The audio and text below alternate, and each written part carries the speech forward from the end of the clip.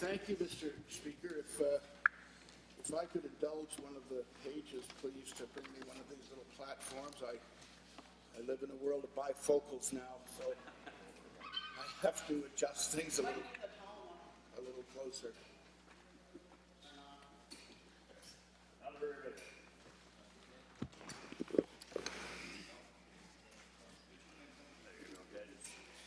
My next step will be trifocals, they tell me. I'm not sure what that is, but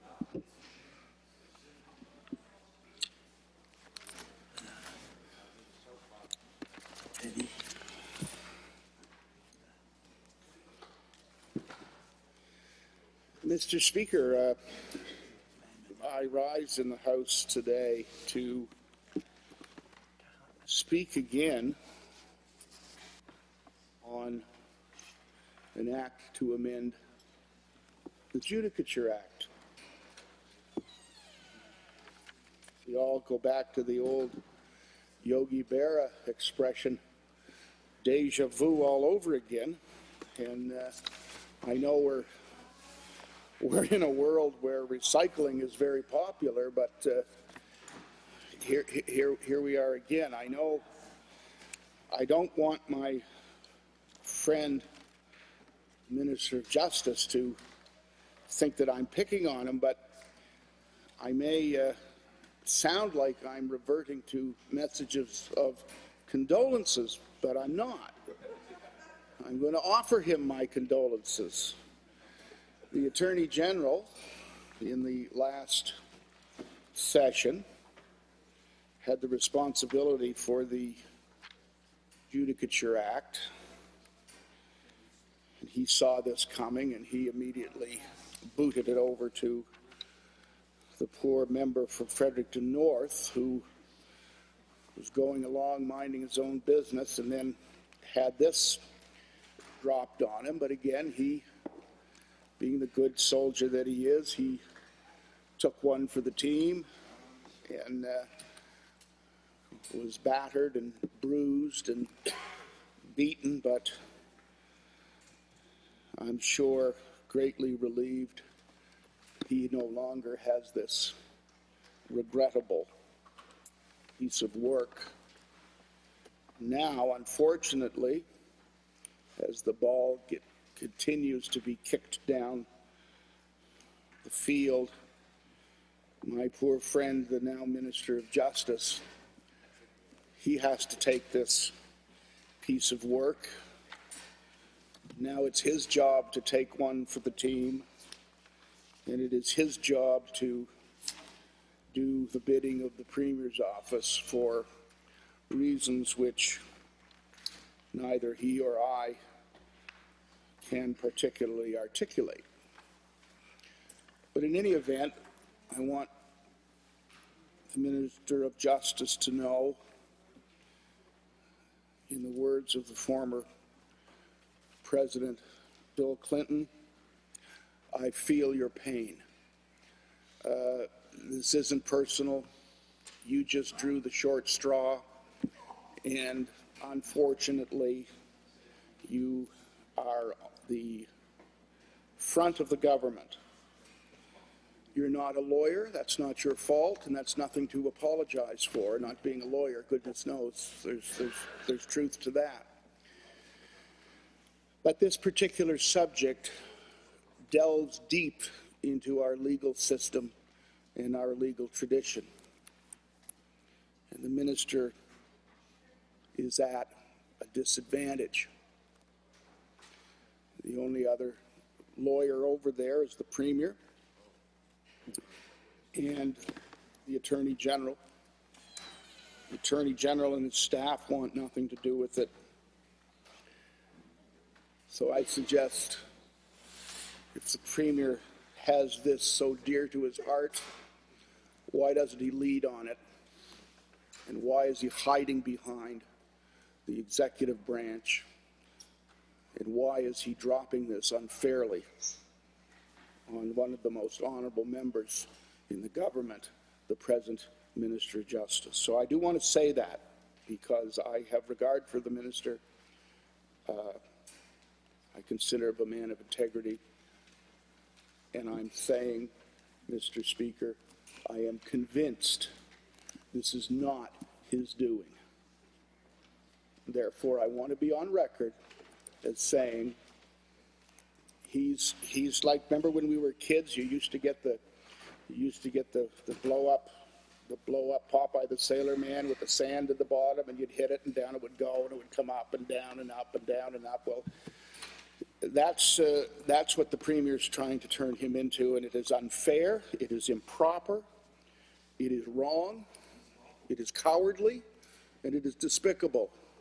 And if the Premier feels so strongly about this, then I suggest he stand up and lead the legislation. The legislation does not come from the Department of Justice. It does not come from the Attorney General's office. It comes from the Premier's office. And to inflict the minister with this is, as I said, not only unfair but cowardly. Some people may question why someone could get so animated and so upset about something as what may appear to be all that insignificant as where a judge lives. But this is much deeper than that. All democracies exist and have their basis in what is called the separation of power.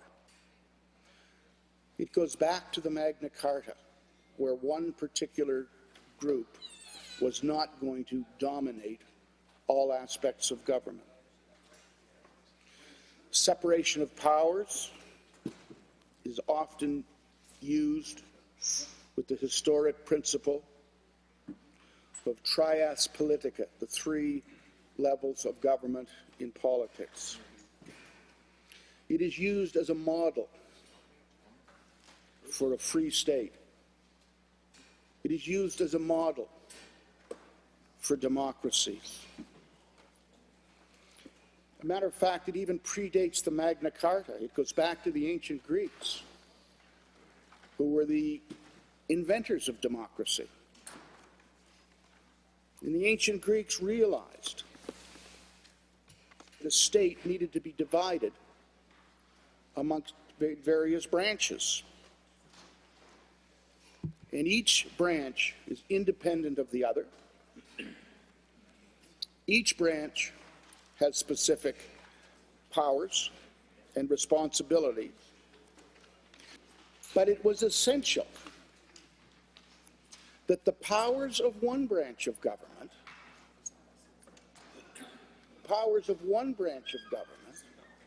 are not in conflict with, nor are they to influence the powers in another branch. You can't have government, true democracy, the branches of government interfering with the others. The typical divisions of power that has evolved from the ancient Greeks to the Magna Carta to the Westminster system as we know it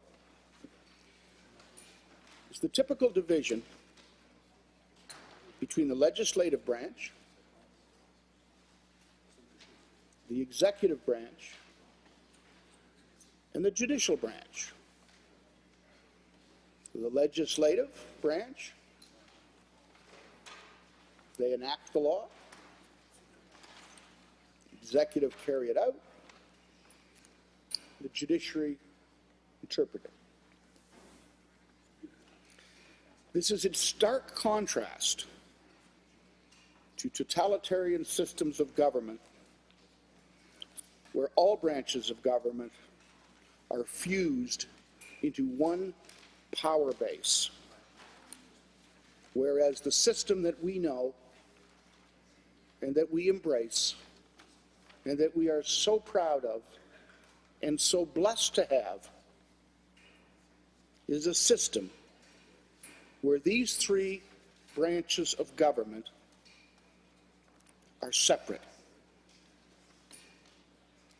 Separation of power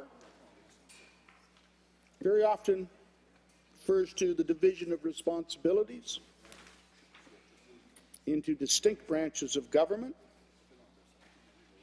And the key, Mr. Speaker, is that this separation of powers limits, and limited government is what we have. It limits any one branch from exercising any core function or influence onto one of the other branches of government. The intent, then, is to prevent the concentration of power, and it provides for the checks and balances which any true and proper functioning democracy must have. The history of checks and balances goes back to the earliest times when democracies and the people stood up against the monarchy. These early people realized that one of the great gifts that people have, or that can be bestowed upon them, is to elect its own government, to pass its own laws, and to have its own judges, each independent of each other. This reduces the danger of misuse of political power and provides the checks and balances for a proper working and proper operating democracy. These principles exist in the Western world as we know it. They go back to the writing of the Thomas Aquinas, Calvin, John Locke, many of the great minds who wrote much about these type of responsibilities. The great French philosopher of the Enlightenment, Montesquieu, he wrote one of his great treatises in 1748. It was called The Spirit of the Laws. And one of the essence of Montesquieu's statement was that separation of power was hand in hand with freedom.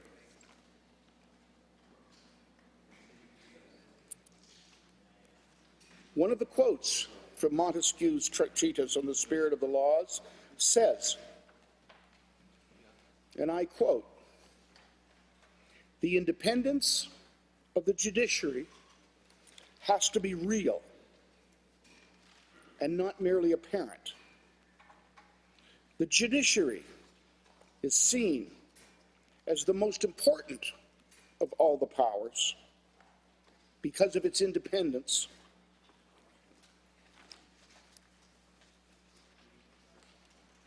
"300 years ago. The system of checks and balances allow for a system based upon the regulation so that one branch is limited to its areas of authority, and it will not transgress those areas without trespassing in an area where it has no place to be. These systems of government are clearly seen in the United States Constitution. The United States Constitution is the basis of many, many, many democracies around the world today. The United States Constitution breaks government into three classes. Legislative branch, which we know is the Congress, which is the House of Representatives and the Senate. They have checks and balances even within the legislative process. In the United States, Congress passes a bill, Senate can veto it. They have the executive branch. President of the United States. Congress can veto things that the president does. The president also has the power to veto some things that Congress does. We've all watched the news from time to time, and we hear whether or not the president is going to veto something that was passed by Congress. And Congress has the power to veto something that the president does. It's power in the hands of the people. But the Constitution, the United States Constitution, when it deals with the judicial branch, the power to veto and the power to meddle was never given. The president cannot veto a decision of the judiciary. Congress can't veto a decision of the judiciary. They can change the law, and they're entitled to do that. But they can't veto it. Because the judiciary was that special level of government that stood above the comings and goings of politicians. Judges are usually appointed for a lengthy term, sometimes for life, sometimes to age 75. The United States Constitution has even sections in it where Congress and the executive branch are not allowed to meddle with what a judge makes.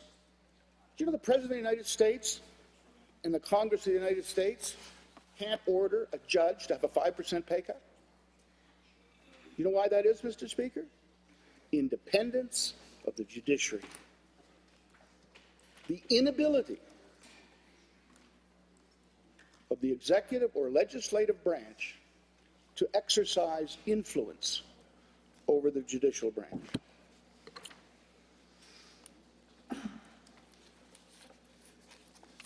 That same principle exists throughout the world. The three branches of government: Australia, France, Britain. Even when Hong Kong got its first independence in 1997. This is communist China. The Sino-British Joint Declaration provided Hong Kong to have three branches of government: the legislative, executive, and the judiciary. That's a bunch of communists even got that right.